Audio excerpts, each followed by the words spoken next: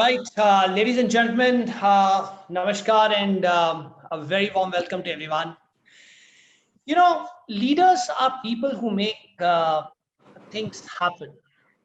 And when I see people who really excel in their career or excel in life, I notice that they have a strong passion for what they do.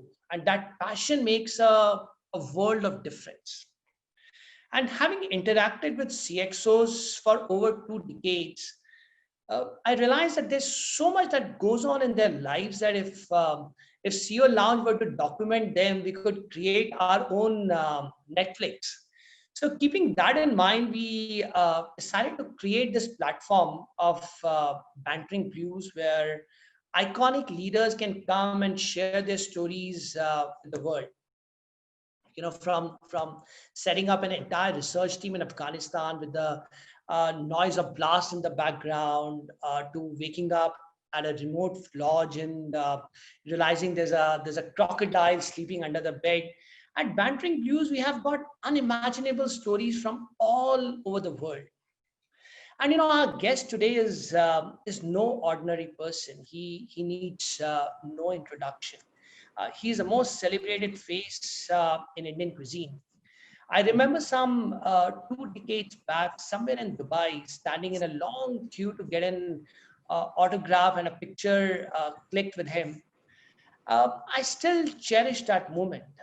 Despite signing autographs and clicking pictures with some 100 folks, he had the same smile and affection for every fan of his, and he hasn't changed.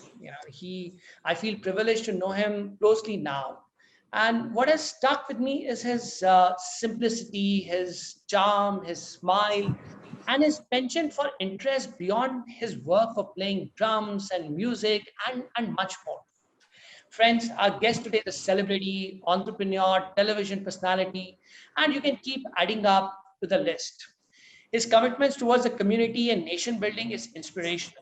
He works closely with autistic children, supporting the NGO Forum for Autism. He works very closely with Akshay Patra, the world's largest NGO running midday meal programs that serve school lunch to over 1.7 million children across 12 states in India. He is truly a man who knows how to make it large. He's iconic. He's one of the finest chefs in the world. Let's welcome Padma Shri Sanjeev Kapoor. Chef, namaskar. Thank you, Deepak. Very, very warm welcome to you. And we all are keenly looking to hear an insightful chapter from your life. Thank you. The screen is all yours, and I will return towards the end with a few audience questions with you. And to all our listeners, if you would like to ask something, do key in your questions. And Chef, over to you. Thank you very much, Deepak, for the kind introduction, which is you've been very kind with your words. Always good afternoon, everyone. Thank you for joining today. And when Deepak and Hari asked me to speak Bantering your blues, and I was wondering what kind of blues should I mention?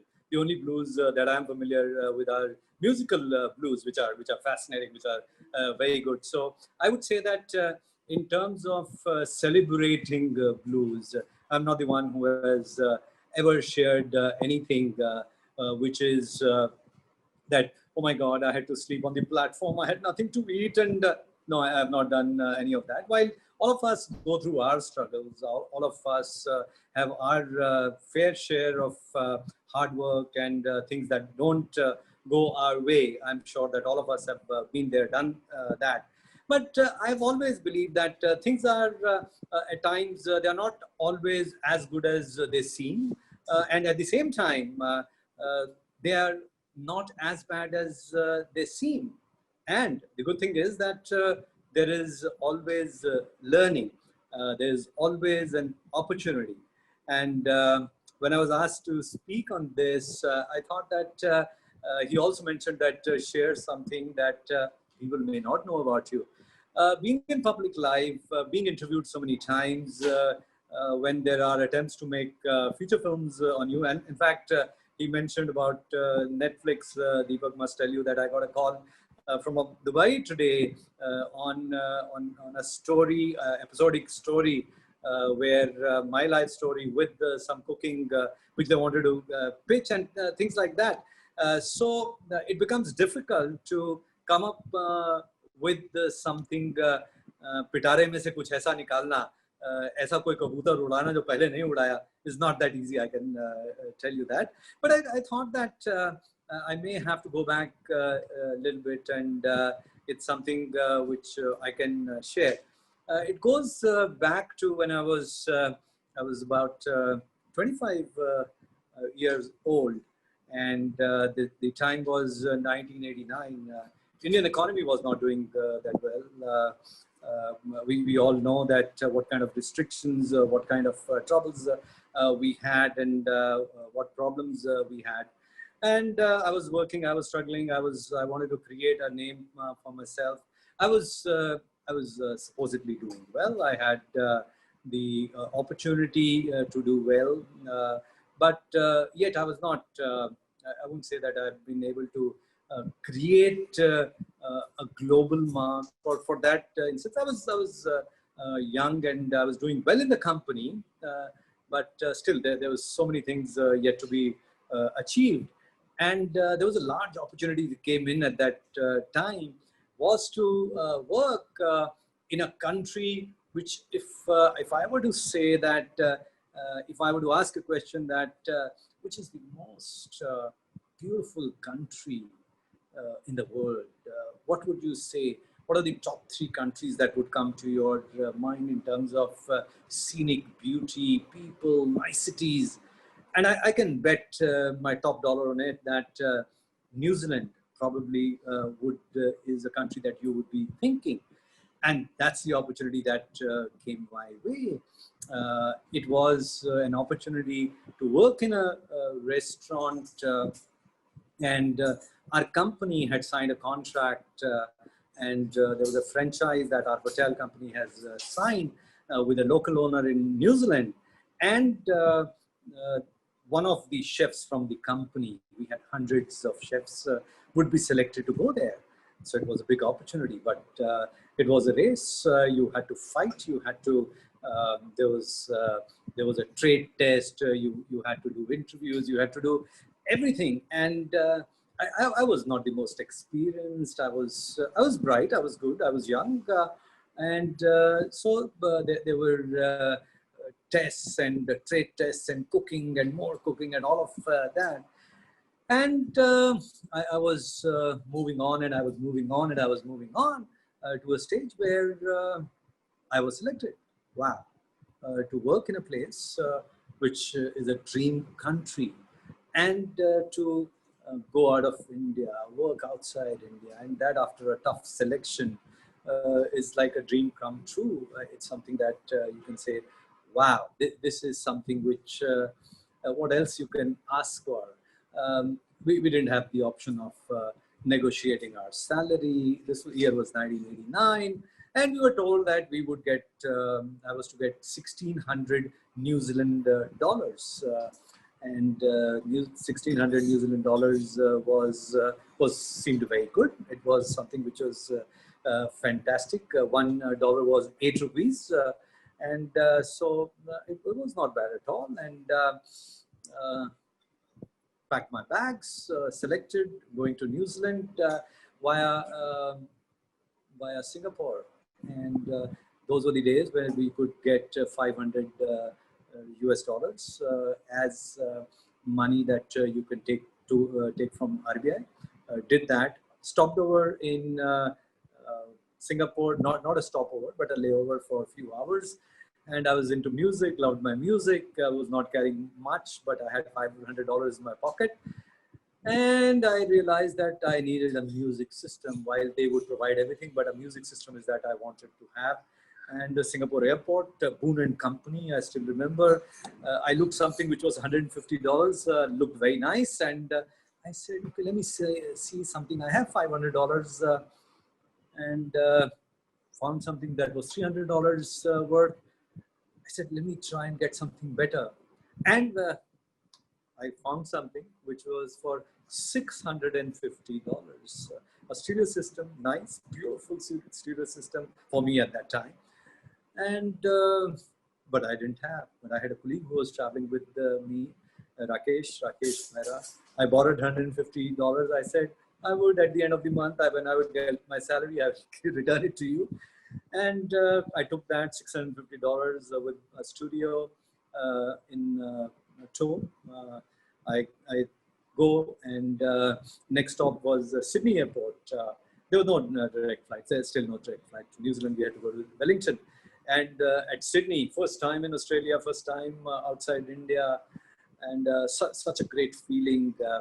And at Sydney Airport, I see a kitchen towel which had all kind of different funny things. And one that caught my fancy was, and since I was going to New Zealand, it said that New Zealand is a country which has a population of 60 million sheep.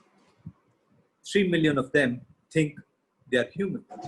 And that's what Aussie and Kiwis, that's how they fought back then. Anyway, next stop, go to New Zealand. And we reached there. And same day from airport, we go to our house. And it's a beautiful house in our neighborhood, which is fancy. We go into the house, and there is nothing in the house. There's no furniture. There was nothing. But we thought, okay, never mind. We just reached. Maybe all this is being arranged. And next day, we reached the restaurant, which was being done up at that time. We meet the owner for the first time. And what do we get? We thought, okay, wow, there would be a big welcome. And first, why did you come so early? Restaurant is 1 month away. I said, no, but our company sent us. They said we are needed, and we don't know. Anyway, so that was our welcome. And the way we were shouted at, we thought that, okay, this is not the best welcome that we were looking at, but never mind. Beautiful sunshine, beautiful city, beautiful country. And by the end of the day, we asked him, we didn't see any furniture in the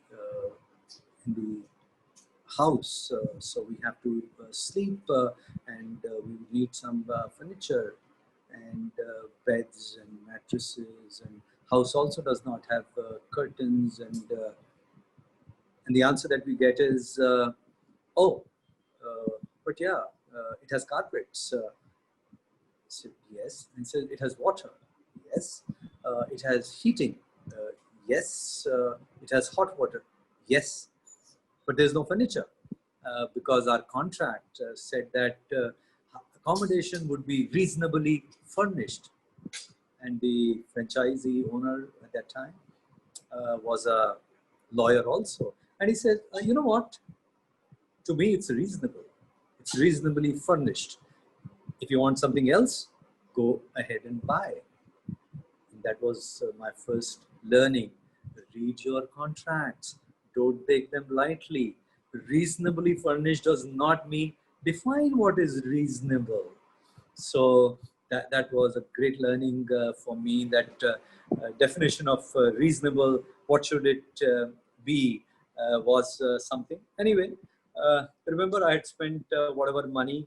There was no clause in the contract where there would be advance salary. So there was no money. So we had to still live, and restaurant was not open. So we had to buy our meals. We had to buy everything. Again, we managed. We were 5 of us, 3 cooks. I was the chef and the manager, Rakesh. So we pulled in our resources, and we tried reaching back to our company, which was a large hotel company. Those were not the days when you could have emails, and phones were not that easy to reach. We just couldn't connect to anyone in our company. It was so difficult. And but anyway, we did that. We opened the restaurant after a month, and Prime Minister of New Zealand comes in, and before we knew, it was the best restaurant that country had. It was beautiful. We were doing really well. We had done whatever we could to make that restaurant up and running and do good business. Yet, economy, it was not only India that was not doing well, but if you thought that this period of COVID is bad, let me tell you that what we saw in that country in 90s and early 91 was the first time I felt recession. First time I felt what liquidation sales mean. If you had $500 cash with you, you could walk into any top-end shop and you could literally buy the whole place down. It was that bad, and the restaurants would not do well at that time. They are the first one to they were the first one to go down, and that's the time I realized that I had to do more.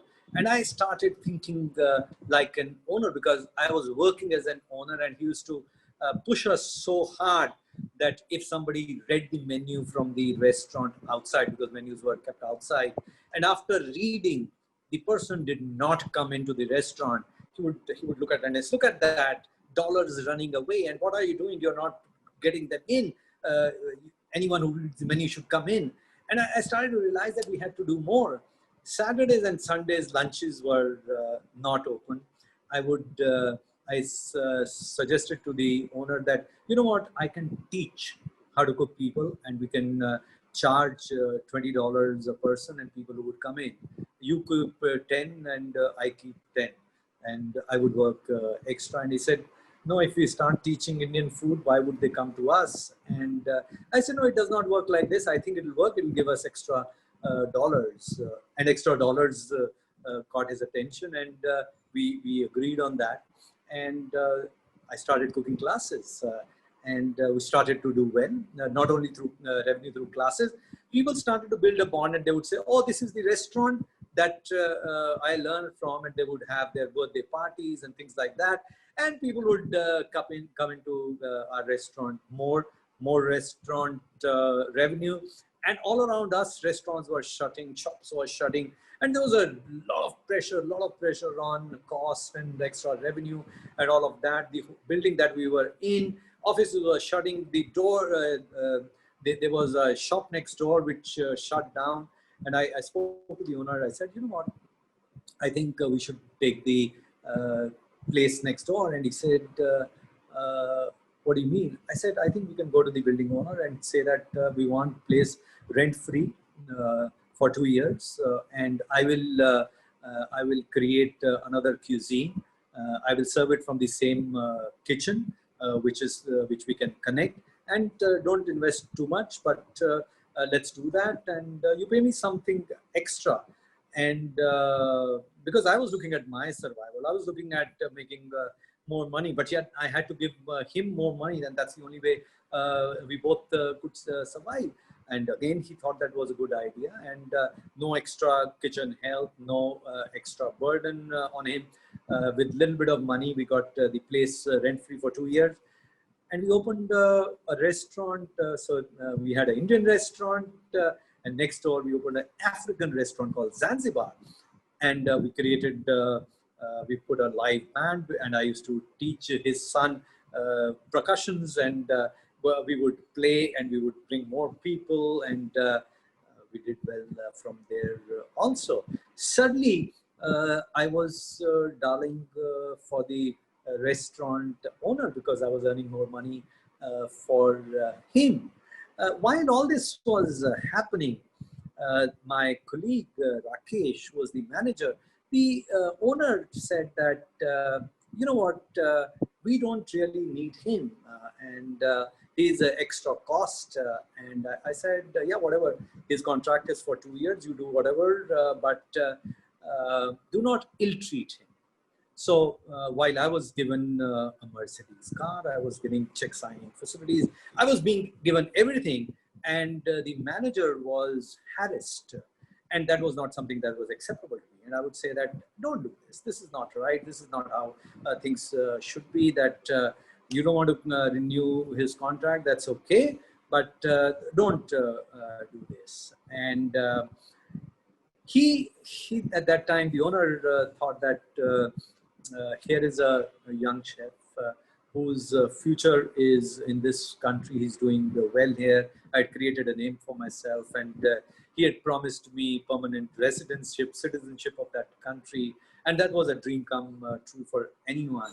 And I felt that it is something where all that it is okay with me, but my colleague should not be ill-treated. His family should not be ill-treated. But that owner did not believe. He kept on ill-treating him to the extent that going back, he did not give the money for tickets and things like that. And I said that, you know what, I would not come back if you do this after my contract.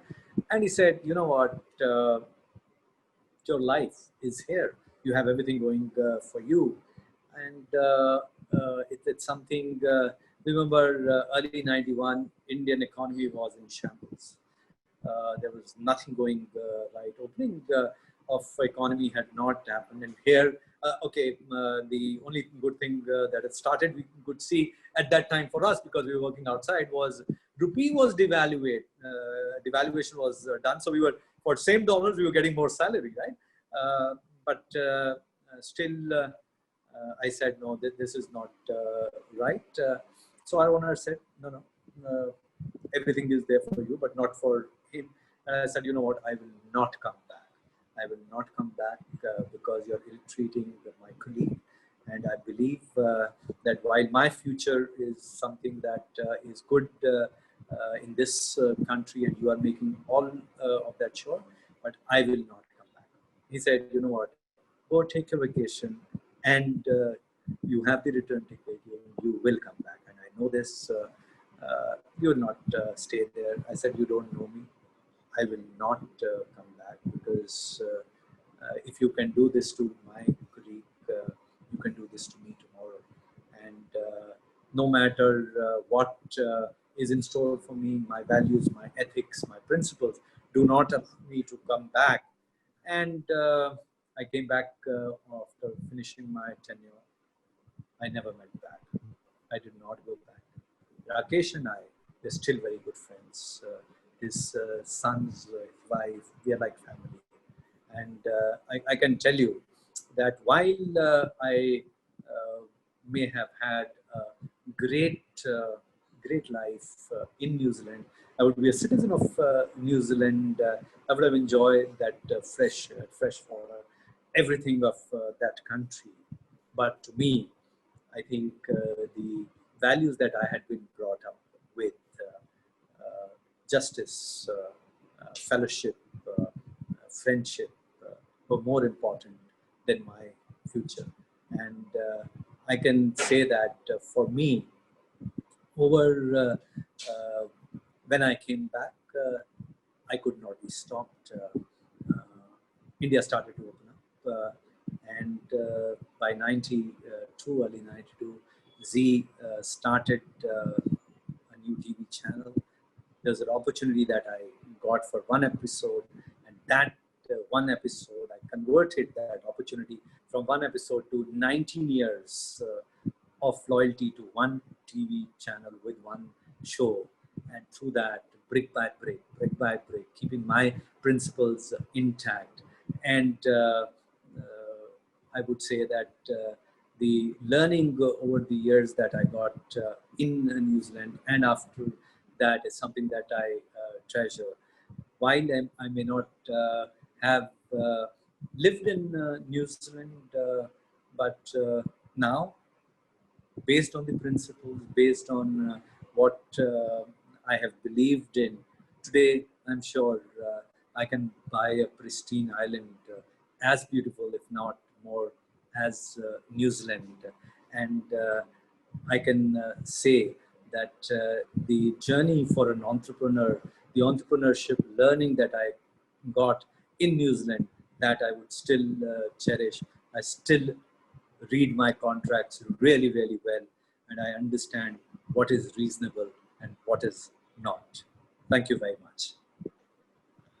Chef, this is outstanding. And if I open the voice control of all the participants, you're going to get a standing ovation for this one. Uh, it was such a touching story. I think so important to be having an entrepreneur mindset, even if you're working with somebody. Think forward, think positive, and kindness and empathy. I think one should never forget that, and probably that's the reason we love you so much, Chef. And I hope you still have that music system intact with you. Actually, music system, because now I had worked and earned a lot in New Zealand. Uh, I invested everything, and I got a music system worth. And by that time, economy was in shambles in New Zealand. As I told you, if you had $500, you could buy. So I bought a really high-end techniques, all 7, 8 things, and big speakers and all of that. When people work for 2 years in any country, and they have bank balance and they have container load of things, the only prized possession I had was a music system that I bought in New Zealand. Not I left that behind. What I bought in Singapore, or maybe I don't even remember actually now. But no, what I bought was something that I've treasured for a very long time. It's still, I think, with me, if I'm not wrong. No, that's outstanding. And the audience who don't know, Chef is a great drummist as well. And I mean, if you go down to his office, I think the biggest space is taken by his drum sets. I think outstanding. And we had a privilege where Chef had done a small performance at our CEO Awards platform, and that was amazing. I mean, he's too good at that. Chef, I have a question which just keeps arising in my mind, and आपसे गुफ्तगू बहुत करी है, but ये सवाल मैंने नहीं पूछा. You're always smiling. Do you also have a temper when you are cooking? No, I have a temper. Forget cooking. I have a temper. So it's not. I am a typical fire sign, Aries. I have. I cannot suffer fools. I have. My patience is very low. So I've been working on it for years. To some success, not to the level that my family and colleagues would like me to change, but I can say that. But smile is something, I don't know, it's how it started, but there's a joke in our family that even in your sleep you're smiling, which is true. So I think I have so I was just talking to, I told you about the call that I got from Dubai. And so the person asked me that, how's it been and all of that. I said, so you could not have been better, very good. And everything in what business is doing well and all of that. And he says, you know what, every time I speak to you, you are so positive and full of energy. I said, yeah, that's true. I don't. He says, no. This is so true. Every time I speak to someone else, and most of them are, oh, this COVID and this and that. When I speak to you, it feels that good that it's COVID. But what's wrong with it? And I said, no, it's not that. I believe that. And then I told him, I said, there are few channels. They only call me, and actually Arnab told me. He says, you know what, Chef. If we want to bring in positivity on our shows, we call you and we bring you. I said, oh, thank you very much. He They have not definitely called me needs for a some long time. positivity, Chef. He No, definitely but let needs me tell you, most news channels have not called me for a long time. That means that only negativity they are spreading, that means. But Chef, tell me one thing. You became a executive chef at a very young age in your life, and if I'm not mistaken, at the Centaur, Bombay. And but has there been a favorite chef of yours or someone whom you have enjoyed interacting with and learning from them? Oh yeah, definitely. When I started my journey as a chef, I must tell you that learning was not very easy for us that time, because cooking was something that most cooks and chefs they would keep to themselves, and they would not share their secrets. So we had to literally extract it out of them. So sharing was never an easy thing. So whatever we had to learn, we had to really work hard doing that. So it was, And while I became an executive chef for a large hotel, fortunately for me, when I was 21 years old, I was given a charge of an executive chef for about a 90-room hotel in Varanasi. And I was the chef. I was still learning, and I had to learn from cooks. I had to be their boss and still learn. I had to control them. So that was a good learning. So I realized very early that anyone, the source of learning is not important. Anyone you can learn from is good. So that's one very good learning that I had. It could be एक पाव omelette वाला Varanasi station के बाहर इतना बढ़िया बना था that was exciting. That became your chef trainer, or it could be somebody who could make all tandoori rotis. There was a tandoori cook that we had in Varanasi. He would make all tandoori rotis, and they would puff up like puris puff up. Now look at tandoori rotis, right? But all tandoori rotis can puff up like puris. So I learned that from that. But I would say that over the years I've had chefs. I've learned a lot.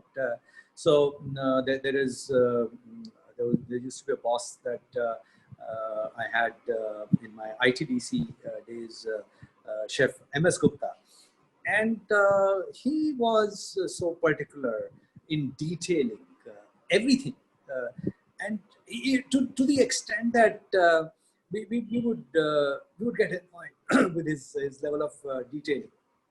That sir kar liya, no, he would make sure that अच्छा, and he say अच्छा कितने लोगों की party है, इतने लोगों की है, ओके क्या क्या मेन्यू है, ओके सर ये है, गोलगप्पे ओके चेक कर लिया, हाँ सर कर लिया, कितने गोलगप्पे हैं, सर इतने, एक इतने खाएगा, इतने होंगे, 2000 की पार्टी है, इतने हैं, हलवाई से चेक कर लिया, हाँ सर, गिन लिए, गोलगप्पे जाके गिन रहे हैं कि, so he would go into that, फिर and then you'll know कि फिर आगे बोलेंगे हाँ सर गिन भी लेते हैं, से टूटे हुए कितने थे, then you would go into the cost. So then you realize that how important detailing is, and that's something which nobody in the hotel industry works on. A lot of inefficiencies, I can tell you. Used things have changed, I would say. That's someone I would say. Outside of that, Taj Hotel had a great chef, Chef Satish Arora. And he wanted to hire me in early '92 for Taj, and I've learned a lot from him. The humility that he has, amazing humility that he has. He knows a lot, and he would work so hard. And at I think it's 70 now, and still he works so hard. There have been so many chefs, international, national, and but my first chefs were my parents, that I learned from. No, I remember stories of your father being a chef at home. You know, he used to cook. So That's correct. That's correct. That's why I would say my first chef was my father. That's outstanding. Chef, you probably cooked for every celebrity, from prime ministers to visiting dignitaries to sports people. Has there been a weirdest request that you've got from a celebrity to cook? See, fortunately, I would say that most celebrities are very, very kind. They are not fussy at all. It's like people who don't know me, like my co-brother. He says that now that when he got married and after a couple of years, he said, you know what, we had gone out and we had said that हमारा driver चाहिए तो आप उसको use कर लेना. So they had our driver for about a few days. And when we came back, and he laughed and he said, you know what, ये मुझे समझ आता है कि लोगों के साथ में कैसा होता है. संजीव कपूर से ज़्यादा एटीट्यूड तो संजीव कपूर के ड्राइवर का है. संजीव कपूर तो बेचारा गरीब सा इतना शरीफ सा है. वो जो है, so most of the time people who have achieved something, they are pretty decent. They don't want too much, but they are made to seem as if by people around them. So if somebody wants to reach me, probably it's so difficult, and I may just say, हाँ आ जाओ कोई problem नहीं है, but ऐसा लगेगा कि शायद बहुत बहुत मुश्किल होगा. So I would say that has not happened. But I must share, since we are talking of that, So there was, this was few years ago, our Prime Minister's, Mr. Modi's trip to UAE in Abu Dhabi. I was invited by rulers of UAE, of Abu Dhabi, to cook for our Prime Minister. So it's an invitation from rulers there. So I go there. We make a menu, and we know that it's vegetarian. We we planned everything, and state dinner and all of that. And we knew 12 people, rulers, PM, and all of that. Limited. That's it. Fine. Very good. And that he reached the hotel. We were staying at the same hotel, Emirates Palace Hotel in Abu Dhabi, and we reached. And as soon as we come to know he's in the hotel, the Indian embassy staff and everyone comes and say, "Oh, sir, snacks ke liye kya? Snacks ke liye?" I said, "We don't know, right?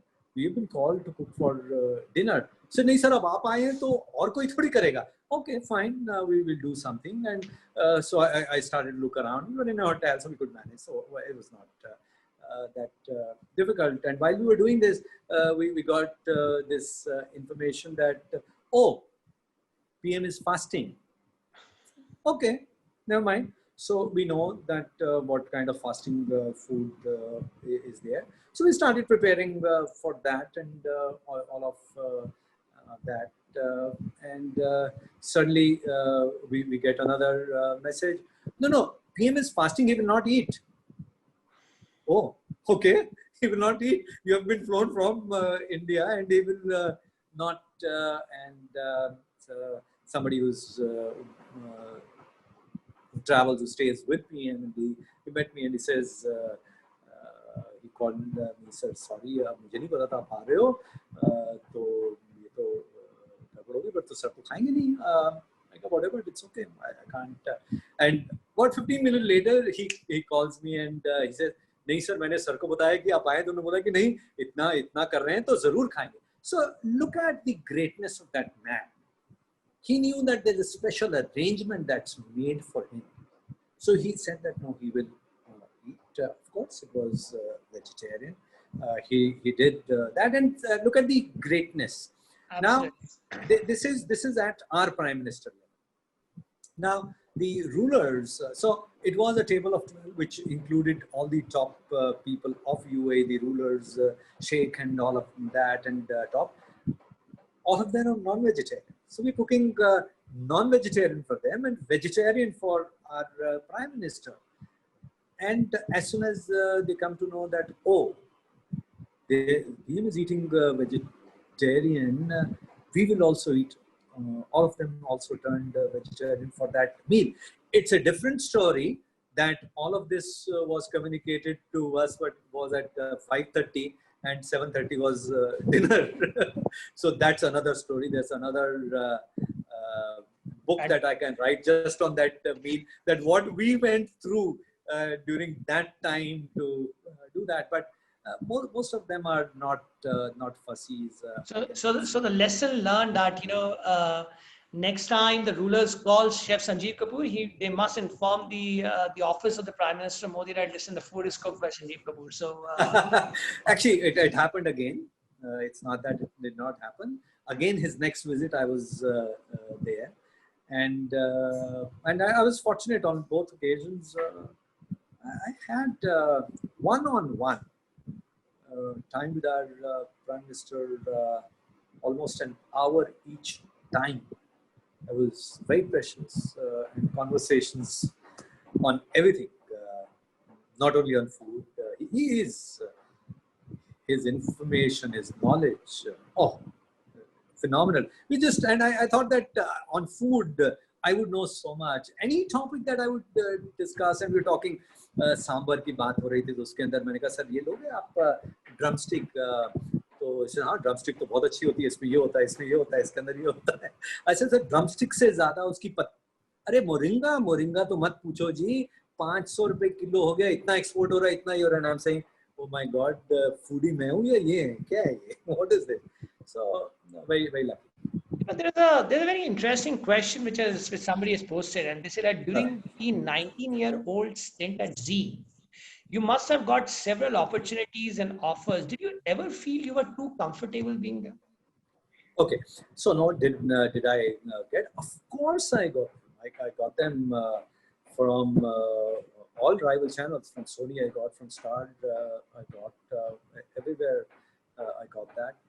I don't think it was comfort. I think ZTV was very good to me, and I had the freedom more than anything else, and I was enjoying doing that. And with a new channel, there was, I remember one channel said that, you know what, at that time there used to be a show called Movers and Shaker by Shaker Suman. And that show, there were hoardings and all of that, and he was getting paid so much. And I was offered, you know what, look at this show, and this is what we want to do with you, and this is what we would do. I contemplated, I thought about it, and I decided against that because what didn't seem fair to me was that there should be a reason for me, and if it was only my benefit, which was money, I thought that was unfair. That was not something which I should do. Or I did not even use that and take that offer to Z and say, you know what, this is what they're doing for me. You should pay me more. You should do that. No, I did not do that. Do you call that as being comfortable, or you just call that as loyalty? I don't know. Interesting.